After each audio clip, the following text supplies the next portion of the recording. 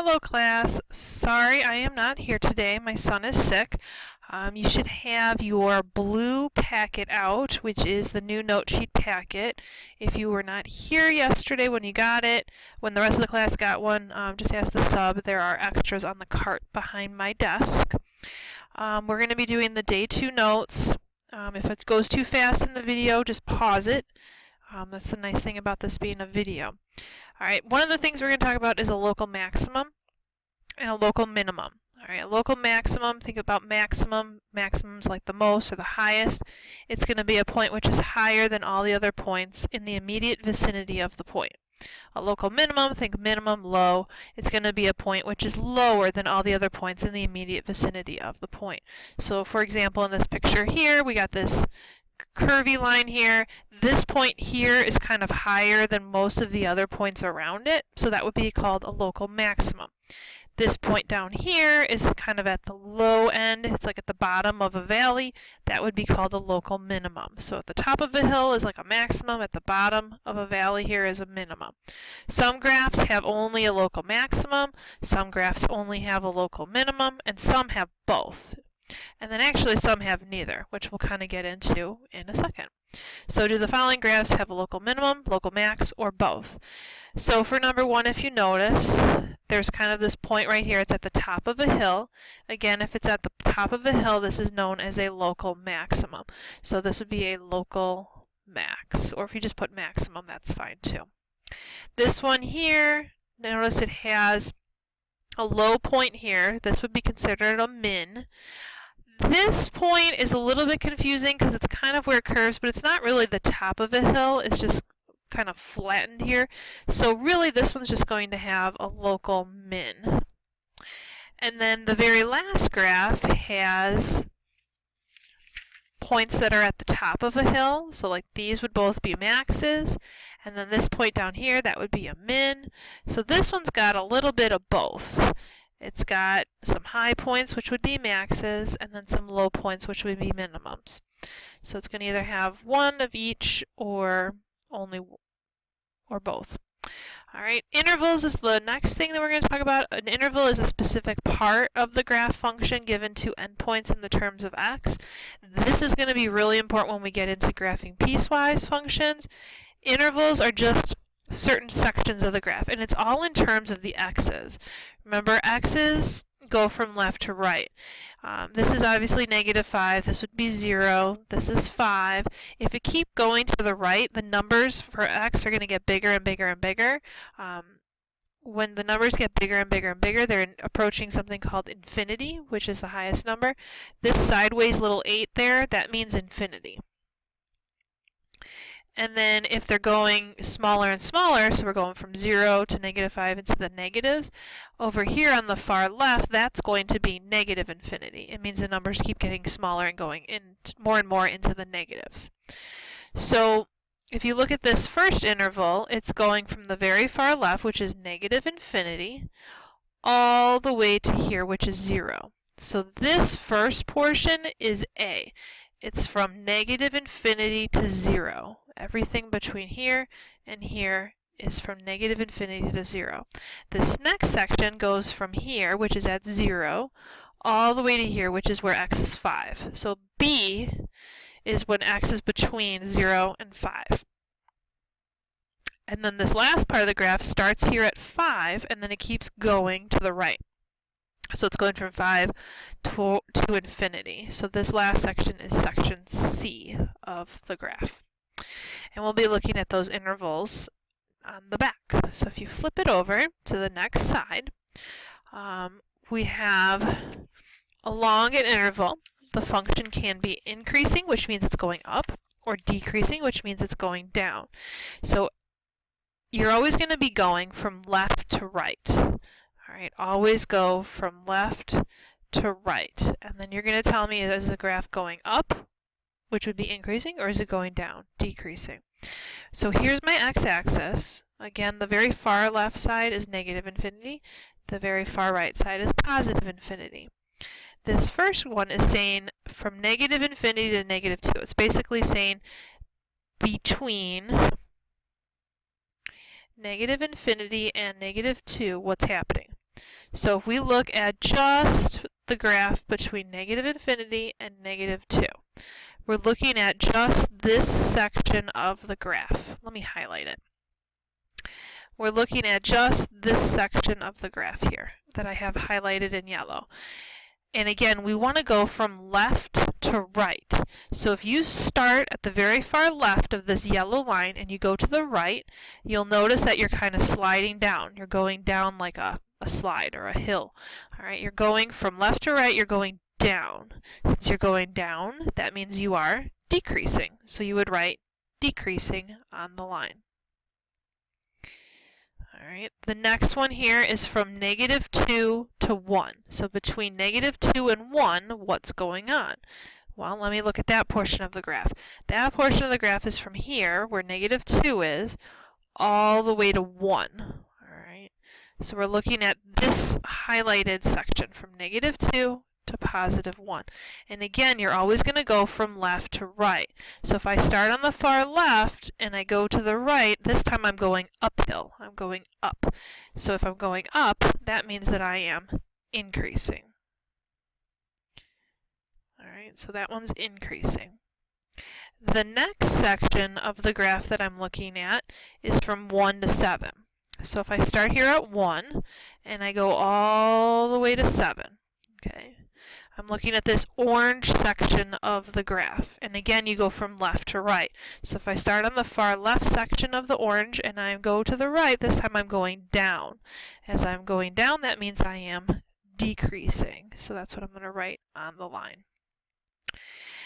And then the last section of the graph deals with 7 to positive infinity. So we're starting here at 7 and we're going to infinity. So it's this purple section of the graph. And again, you go from left to right. So you're going to start at 7 and you go towards infinity. So as I go towards infinity, I'm going up. Going up means I am increasing. So that's kind of how you can tell. You just got to look at the section and then always make sure you're going from left to right. All right. Another thing that we're going to be looking at is a graph's behavior as x approaches a specific number. All right. Here's basically what this looks like. We have this graph here. This far left side, remember, is negative infinity. The far right side is positive infinity. And again, we're dealing with weird notation. Here we have as x, this little arrow means approaches. So as x approaches negative 3, or gets close to negative 3, f of x, remember, is the same thing as y. What does y get close to? That's basically what this is saying. As x approaches or gets close to negative 3, what does y get close to? So we're going to be approaching negative 3, and we'll do it from both ends. So here's where x is negative 3, right here. Whether I'm coming from the left side of the graph or I'm coming from the right side of the graph, it's getting closer and closer to a specific number. This point right here, we know that the x is negative 3 and the y of that point is 5. So whether I'm coming from the left or I'm coming from the right, as I get closer and closer to negative 3, my y is getting closer and closer, or is actually 5. This one is x approaches 0, so here's where x is 0. And again, you want to kind of look at your graph. Whether we're going closer and closer to 0 from the left side or from the right side, we're getting closer and closer to this point right here. And we know that this point is 0, negative 5. So as we get closer and closer to 0, the y value is negative 5. All right. As x approaches infinity, so this time, as x approaches infinity, that means as we go to the right on the graph. All right, so just kind of follow the line that's already there. As I go to the right, this time I'm not leveling off. I don't have like a min or a maximum point that I'm kind of leveling off at. As I go to the right, this line that I have here in red continues to go up and up and up. It doesn't level off at all. And since it's going up, my y value is not getting closer and closer to a specific number, it just keeps also going up. And if my y value is getting bigger and bigger and bigger and bigger, that means that it is approaching infinity. It means it just keeps going up and up. If it levels off, it's going to approach a specific number like 5 or -5.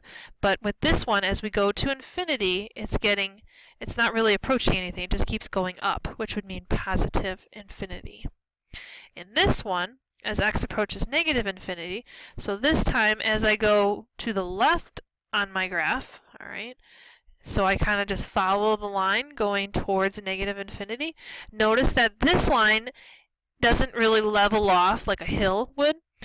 It keeps going, but in this case it keeps going down and down and down and down. So as I go to the left on my graph, I'm going down, down, down, down, down.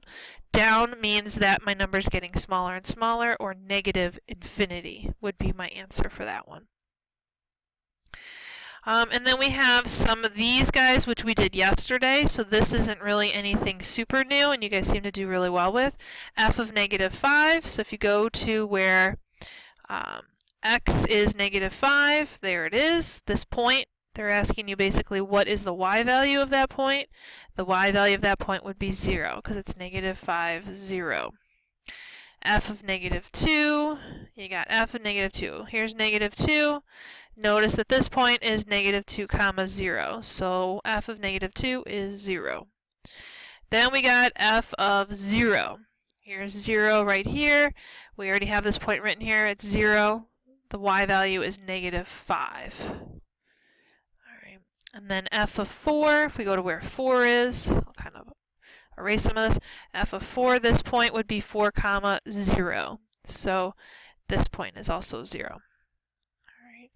It says what values of x make the function y equal to 0. Alright, the only time your y value is going to be 0 are at points like this point here, this point here, and this point here. And notice that these points are all points that are on the x-axis. Alright, and so those numbers would be -5, -2, and 4. So -5, -2, and 4. Those are the values that make the function equal to 0. It's where your x-intercepts are located.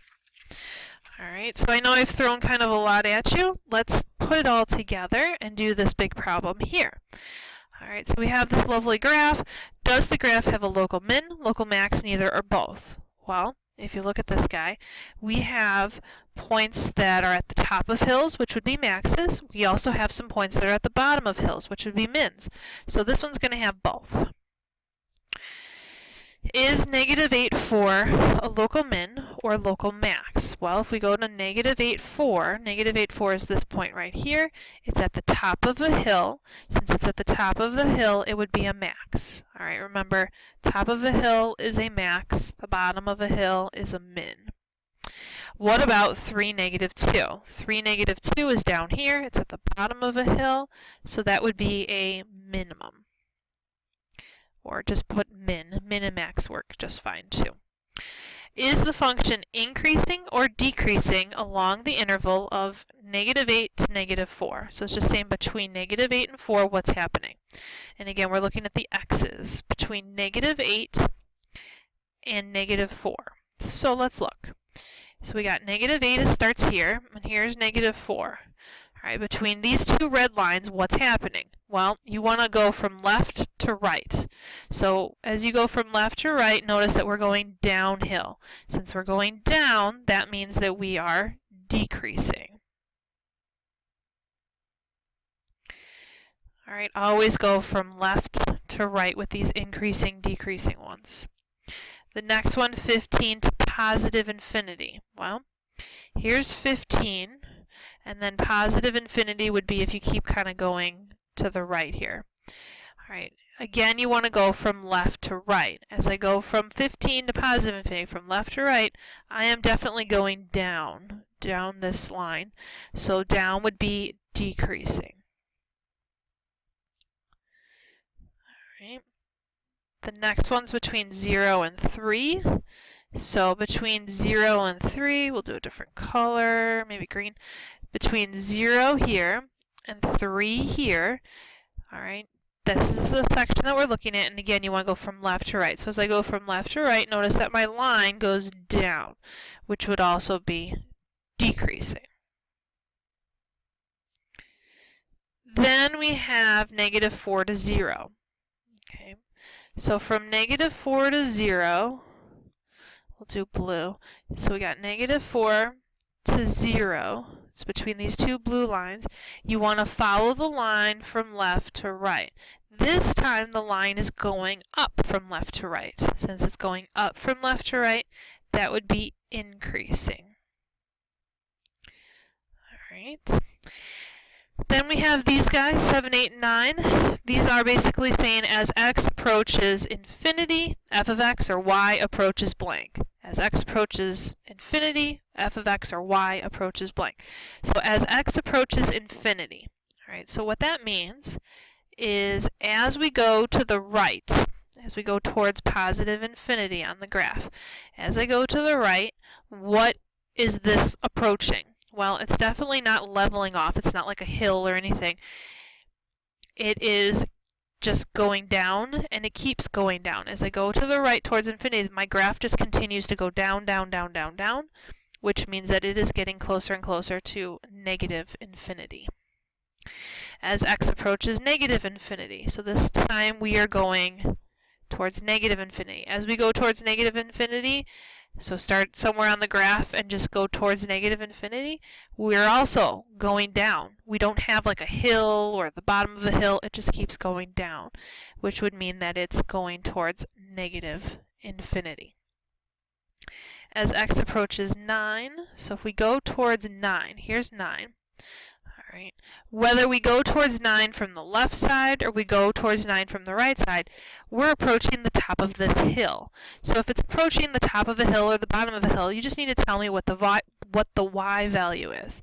In this case, as we get closer and closer to 9, my y value is 10. So my answer would be 10 for this one here. All right. And then 10 and 11 are exactly like what we did yesterday. F of -4, that means that you're just going to go and see what the y value is at -4. So here's -4. Go to this point here. This point is -4 comma something. We want to know what that something is. It's -4, -3. So this is going to be -3. Find the value of f of 0. F of 0 just means when x is 0, what's y? So if we go to this point where this is 0 comma something, the x is 0, the y is 6. So this number is going to be 6. What are the values of x for which the function equals 0? Again, anytime you're asked to find something like that, all you got to do is look at the x-intercepts. Let me write that down. You want to look at the x-intercepts. In this case, we're going to have a lot of them. We have a point here, which is -10. We have a point here, which is where the x is -7. We have one here where x is -1. We have one here where x is +1. We have a point here where x is 5. And we have another x-intercept at 15. So there is a lot. We're going to write those all down. So -10, -7, -1, 1, 5, and 15. So those are all the values of x for which the function equals 0. All right, we have one last problem left. The last problem is kind of a tricky one. All right, what's going to happen is this is positive infinity, this is negative infinity. Does the graph have a local min, max, neither or both? This one's kind of weird. You would think that maybe these 2 points here would be like mins or maxes, but they're not exactly at the top of a hill or the bottom of a hill. It's more at like the corner rather than at the top or the bottom. So this one's actually going to have neither. All right, this one's going to have neither. And then the other tricky parts, 2 and 3. As x approaches infinity, so as we go to the right on the graph, all right, so as we get closer and closer, you'll notice that these two lines don't cross over the x-axis. You'll notice that this line is getting closer and closer to the x-axis, but it actually doesn't cross it. So What that means is this line is getting closer and closer to the x-axis, which is where y is equal to 0. The x-axis is where y is equal to 0. So you would have, as x approaches infinity, f of x approaches 0. That's kind of a tricky one. Same thing with the other side. As x approaches negative infinity, as we go to the left, as we go closer and closer to negative infinity, you'll notice that this line is getting closer and closer to the x-axis as well. It's not crossing it, it's just getting closer. And the x-axis is where y equals 0. So it's going to be 0. And then what are the values of x for which the function equals 0? This is when you would normally look at the x-intercepts. I just kind of told you these lines don't actually cross the x-axis, so there aren't any x-intercepts. So this one would actually be none. It doesn't cross the x-axis. It doesn't cross the x-axis at all. So this one's kind of a weird one. We'll do more like that in the future, but hopefully you get the main idea. And you're going to be working on your homework now for the rest of the time. Your homework is worksheet 2. It's pages 3 to 5 in your brown packet. If you did not get a brown packet because you weren't here yesterday, please ask the sub. There are extras behind the desk. Okay? Good luck. Thank you.